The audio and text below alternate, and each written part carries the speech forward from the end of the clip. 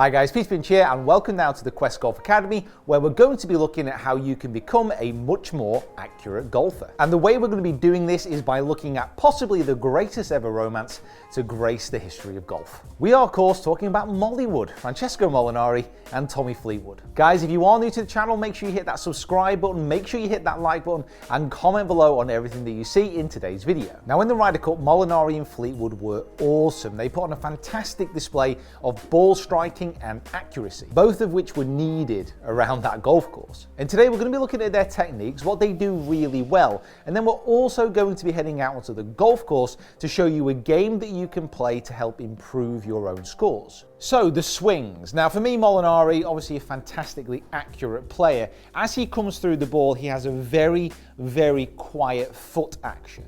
Now that allows him to stay in control with his lower half, but he does manage to maintain a good level of power. He's not going to be able to win on tour if he doesn't. Fleetwood has this wonderful shallowing action from the top of the downswing, and he turns into the ball just so well, opening up the body at the point of impact. And of course, Fleetwood, as he starts to come through and hold his finish position, he has a very characteristic cut-off follow-through to help him try and control the ball flight. Now, during the challenge that I'm going to be doing out on the course at the Lakes course over in Spain at Lumina, what I'm going to be doing is trying to control my lower half, so try and keep my foot action nice and quiet. I'm going to have that little bit of a shallow from the top of my swing.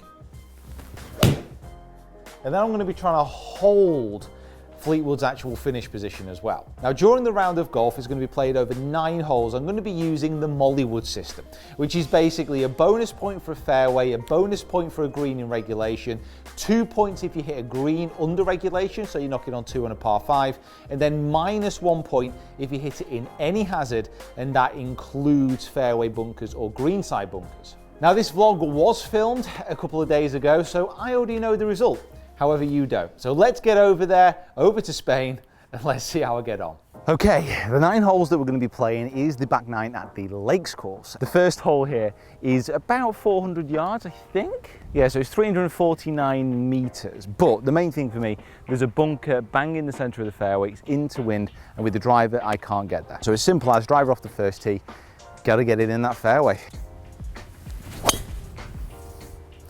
Well, so far so good. That is that is center of the fairway, and it's actually gone a lot further than I thought. Bonuses, new way to play golf. 141 yards here, so I've got my 8 iron, and the pin is quite central, which is a bonus because it basically allows me to go at it a little bit more. If it was to the right or the left, I'd just be going for the center to get that bonus point. Remember, I am keeping score, but this is all about those bonus points and then committing to that swing. So I've got an 8 iron straight down the flag. Ugh, completely came out of that. That was awful. It's a huge green, this as well. Very disappointing there, Mr. Finch. It's short right. If I'd have hit it straight, I think it might have just clung onto the front, but it wasn't a very good shot, wasn't a very good strike.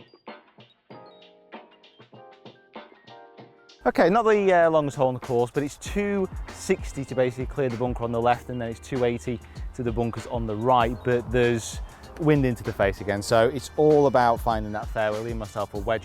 My line is basically Passion nightclub. I've said that before.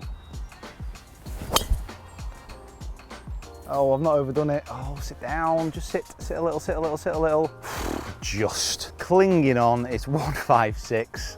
I've got a chap up on the green. I think he's measured out for European Tour final qualifying, which is at Lumina. Just got to go straight out. It's centre of the green again. Some friendly pins so far, so quite aggressive.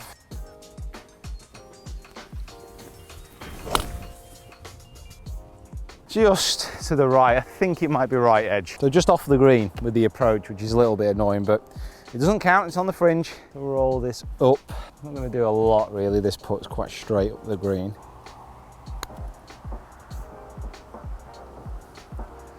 It's looking pretty good.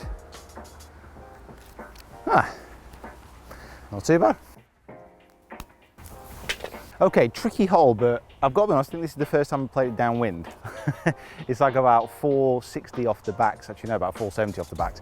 White tee's a little bit forward today, which is fortunate, and it's basically 325 to run out of fairway between the 2 bunkers. I've not actually practiced the swing with a 3-wood or a driver yet. Yeah, a little fade down there, slightly necky, so it's not the furthest shot I've ever hit in my life. I want to say it's not the furthest shot I've hit in my life. It's gone nowhere. 235 yards left.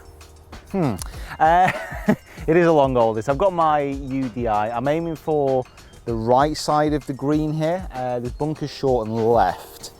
So not ideal with that tee shot being so dodgy, but it has found the fairway again.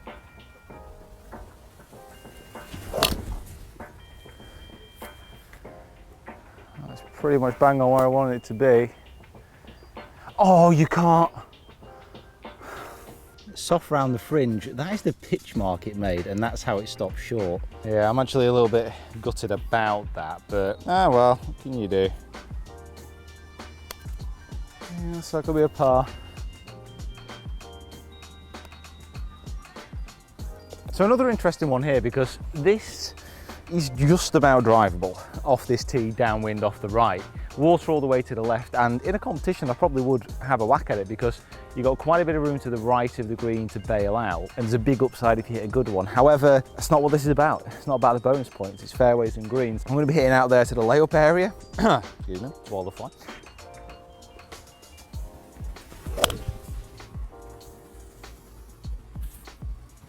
So I've only just actually hung on to the fairway, almost ran out, but it's left me 99 yards into this hole, and for me, with this wind, this should just be a little half 50 degree.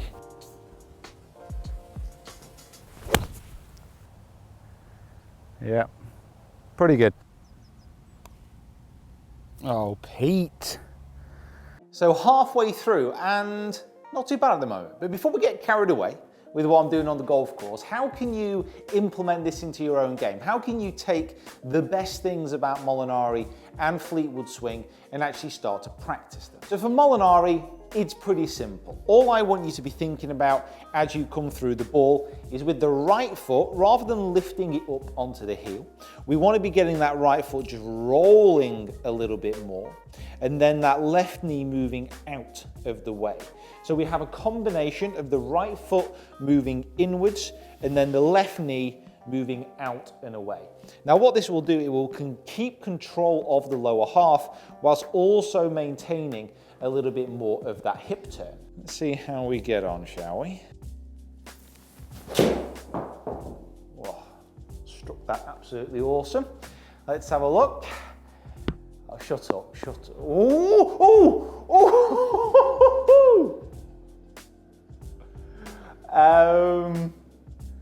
Okay. I mean, do you need anything else from me right now? Do you need anything else? We'll have a little bit of a look at Tommy Fleetwood's as well. Let's see how we get on there. So with that combination of the right foot rolling in, the left knee moving out of the way, what Fleetwood does so well from the top of the swing is shallow the club. Now by shallowing the club, what that means is that the shaft starts to lay down a little bit more behind the golfer at the start of the downswing, because it's that shallowing in that rotation that allows the body to get out of the way. It allows the club to be brought around into impact. Without that rotation, it'd just be an inside path, probably an early extension. So just a one-arm drill from the top of the swing, shallowing feeling, getting that club moving out behind as the hips begin to turn and then rotate into impact. And let's have a little bit of a go at that one as well. So those two together with the Fleetwood follow through. That's pretty awesome as well. Pitch in. Oh no, no. Oh my God. Right, back to the action. So that's how I'm swinging for the rest of my life. Not the smoothest end there. Now what I can't afford to do after that last hole, and yeah, my putting is going to be the subject of a whole other video, is get too frustrated. I'm still level par. Centre of the green here, 200 yards is the pin. Again, another friendly pin position. I don't know if I accidentally may send an email to the greenkeeper requesting these, but that's another story as well.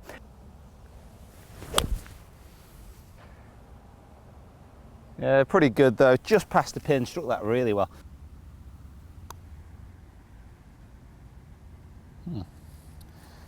Actually near the hole, that was quite flat, it turned a lot there. Not a bad putt actually, that one. That was Okay. 450 yards, back into wind, water on the right, bunker on the left, and then the approach, there's water on the left and bunkers on the left. Okay.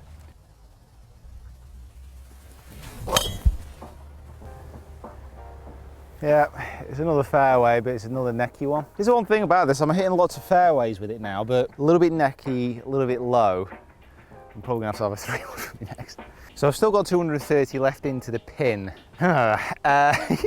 This is not an easy shot. So it's over water, this bunker's short, big bailout area to the right. So I think with the wind as it is, I'm gonna go straight at the pin with my 3-wood.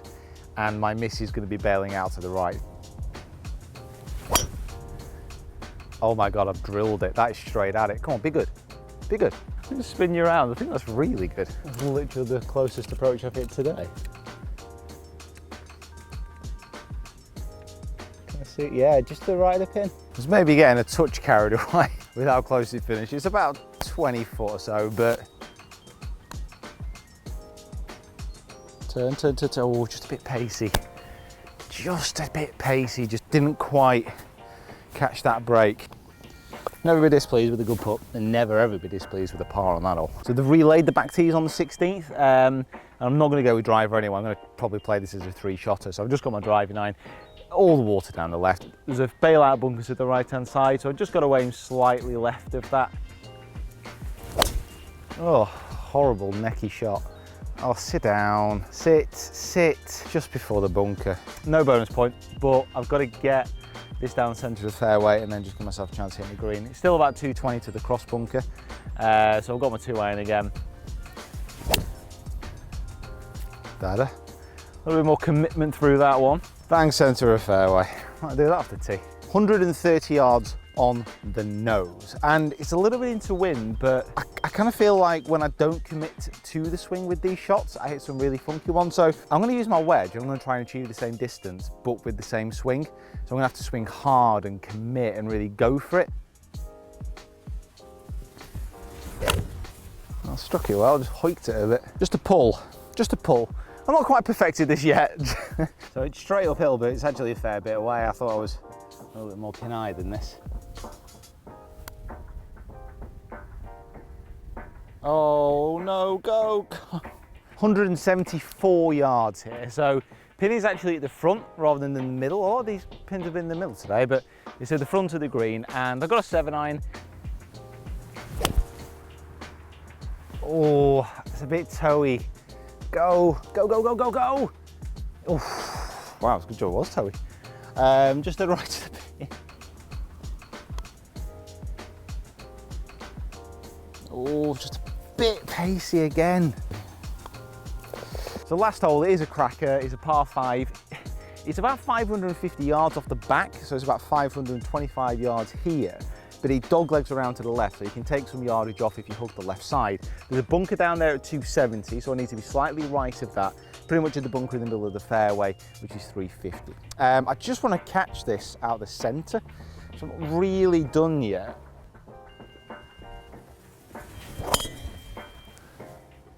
Well, I've struck it amazing. Come on, a little bit of a kick left. That's miles down there. Sit down. I think that actually might have run out of fairway. It was heading right towards that bunker. I think it's 350 to that bunker. A little bit of a mental slip. I've hit it 310 yards off the tee. So where I got 350 from, I don't know. However, I wouldn't have really changed much, to be honest. It would have been my target line. I wouldn't have expected to hit it that far with that swing, but hey ho. I've got 200 yards left to the pin, which is kind of front of the green. Downwind, I think I'm gonna do 5 here. It's pretty straight at it, just drifting slightly right now. It's 2 of my best swings today, that.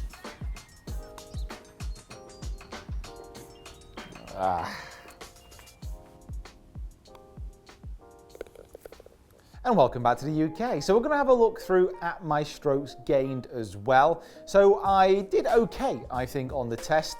I went through that early stage of missing greens just as I was trying to adapt and get used to that swing. Remember, on the range is much different than when you're on the golf course. And I hadn't quite practiced it as much as those 2 near hole outs I just did in the demonstration. But even so, you can see my putting in my short game.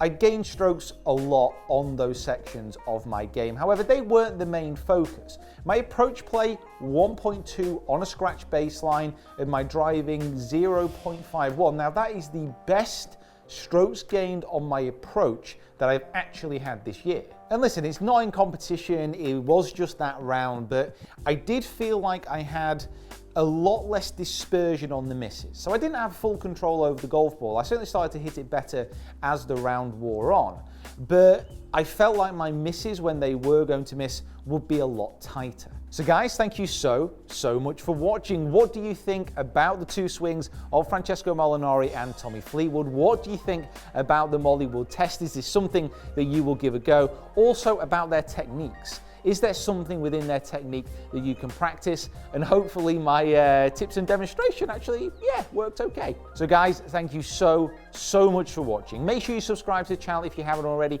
Follow me on my other social media platforms as well. Comment below, and I'll see you down here next time.